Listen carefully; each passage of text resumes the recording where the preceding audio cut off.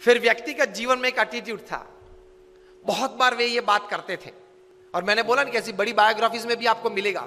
He used to से, जीवन में अगर कम खाएंगे तो शरीर अच्छा रहेगा, और गम खाएंगे तो मन अच्छा रहेगा। प्रमुख स्वामी महाराज के जितने सम्मान हुए ना, बड़ी अमेरिका में 40 से ज्यादा की टू द सिटीज उनको मिली है। ब्रिटेन पार्लियामेंट में स्टैंडिंग ओवेशन के साथ उनका सम्मान हुआ था। कनाडा की पार्लियामेंट में 550 एमपीज ने स्टैंडिंग ओवेशन के साथ उनका सम्मान किया था। व्हाइट हाउस पे एक इंडियन फ्लैग और अमेरिकन फ्लैग लगाया गया था 24 घंटे के लिए। और रोनाल्ड रेगन जब प्रेसिडेंट थे, उनके रिप्रेजेंटेटिव आके प्रमुख स्वामी महाराज को बड़े ऐसे सभागृह में हजारों लोगों के बीच ये सम्मान किया था, वो दोनों फ्लैग देके कि this two were specially hosted on the White House for you. Kenya parliament में स्टैंडिंग ओवेशन के साथ सम्मान। इतने बड़े सम्मान के साथ उनके बहुत बुरे अपमान भी हमने देखे हैं।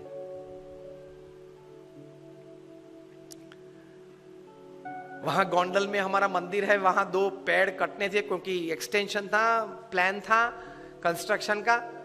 तो कोई एनवायरमेंटलिस्ट आ गया, 5000 लोग सभा में बैठे थे, बीच में खड़ा होगा और प्रमुख स्वामी महाराज को गाली के साथ उसने अपमान किया। तो हमारे 2-3 स्वयंसेवक उनको पकड़ने के लिए, मतलब उनको चुप करने के लिए गए, और जोर से चिल्लाने लगा। प्रमुख स्वामी ने उनको आगे बुलाया और बोले कि आपको क्या कहना है? अरे आपने ये 2 पेड़ काट दिए, ये एनवायरमेंट की दृष्टि से बराबर नहीं है। प्रमुख स्वामी शांति से उनको समझाते थे। 5000 लोग बैठे थे कि देखो हमारी एक्सटेंशन प्लान था इसलिए हमने काटा। वैसे नर्मदा के किनारे गुजरात में हमने 1 लाख से ज्यादा वृक्ष वहां तैयार किए हैं। अक्षरधाम गांधीनगर में 25,000 से ज्यादा है। वो कुछ सुनने के लिए तैयार नहीं था। 2 बार बोल गया, फिर वहां से चल निकला।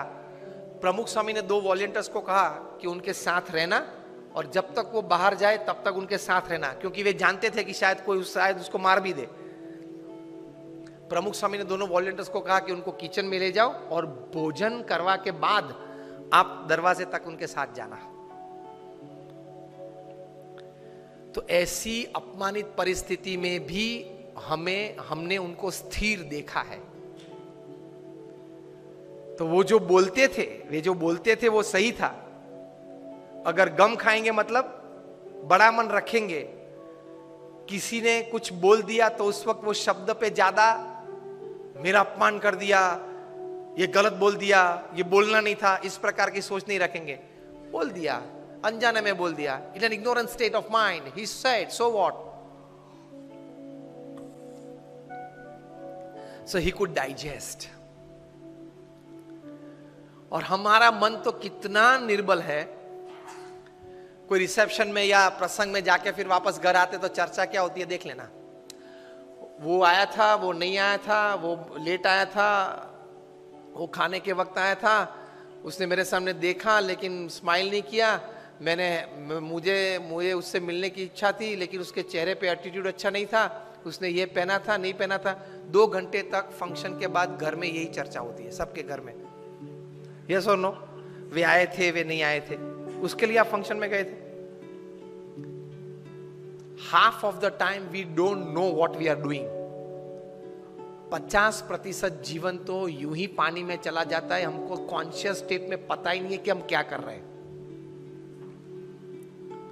बारात निकलती है तो तीसरे मंजिले पे खड़े खड़े, सुबह में एक तो देरी से उठा है, 10 बज गए हैं, तो भी ब्रश करते करते वहां थूक रहा है, स्वच्छ भारत प्रोजेक्ट बिगाड़ रहा है प्रधानमंत्री श्री का। और फिर अंदर आके बोलेगा बारात 20 मिनट तक देखी, दोनों जम नहीं रहे,